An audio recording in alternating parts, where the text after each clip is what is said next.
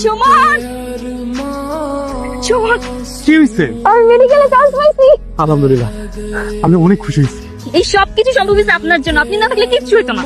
আমি সারা জীবন তোমার পাশে আছি। হ্যালো, হ্যালো, কি করো? তো পড়তেছিলাম পড়ার টেবিলে। তোমার কথা খুব মনে পড়তেছে। ভাবতেছি সামনে মাসে ঢাকা যাব। তোমার মাসের খরচাটাও দিয়ে আমু, আর তোমার মন ভরে একটু দেখে আসো। আচ্ছা ঠিক আছে। তুমি তাহলে এখন পড়ো, আমি রাখি।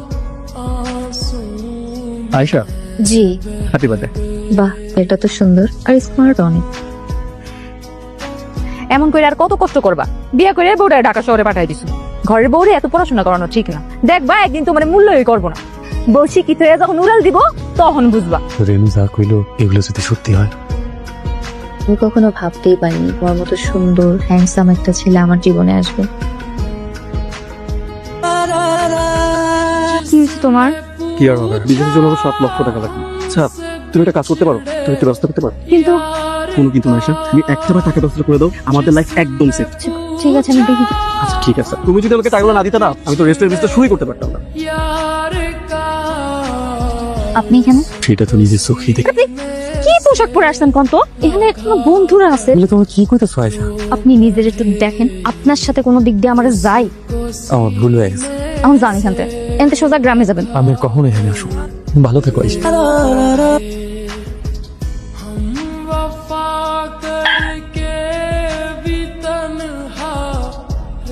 আকাশ, তুই? আমি আকাশের গার্লফ্রেন্ড। ও কি বলে এগুলো? ঠিকই তো বলেছো, ওই তোমার দরকার। কেন করলে আমার সাথে এরকম? আরে বাবা, টাকার দরকার ছিল। টাকা পাওয়া হয়ে গেছে, ব্যাস আমাকে চিনো না। একদম। বেঈমান, প্রতারক। আমার চাইতে বড় কথা তুই তোর স্বামীর সাথে বেমানে করছিস। বেয়া বাসা থেকে। আরে তুমি সেই ছেলেটা না কয়েকদিন আগে সেখানে কিডনি বিক্রি করেছো? আচ্ছা, তোমার এই অবস্থা কিভাবে হলো? ভাগ্যের দোষ স্যার, যার জন্য আমি কিডনি বিক্রি করছিলাম সে আমার জীবিত অবস্থায় মারা ফেলেছে। এই দুনিয়ার মানুষ খুব স্বার্থপর স্যার, যারা আমি যত্ন করে বুকে আগলায় রাখবে। এই আপনার কলিজায় এখন দিব। জীবনমুখী বাস্তবমুখী গল্প বলতে চাই, শুনতে চাও? স্যার, বেশ কিছুদিন আগে একটা ছেলে আমার কাছে কিডনি বিক্রি করতে আসে। ছেলেটা ভীষণ অভাবী ছিল, অভাবে পড়ে আসলে ছেলেটা কিডনি বিক্রি করেছিল, এটা তো অনেকটা আমার সাথে মিলে যাচ্ছে। যার জন্য এত ত্যাগ স্বীকার করলো। সেই ছেলেটা এখন দাস হয়ে অর্গে পড়ে আছে। আশা, কি আছে? সুমন, সুমন, আশা, তুমি ওনাকে চেনো না? স্যার, আমি ওর বউ স্যার। আপনি ওদের না, ওদের। আরে এটা কোনো কথা নাকি? আমি ভুল করছি, আমার বাচ্চা সুযোগ দেবেন না। একবার যে জোরের মতো সুযোগ দেন।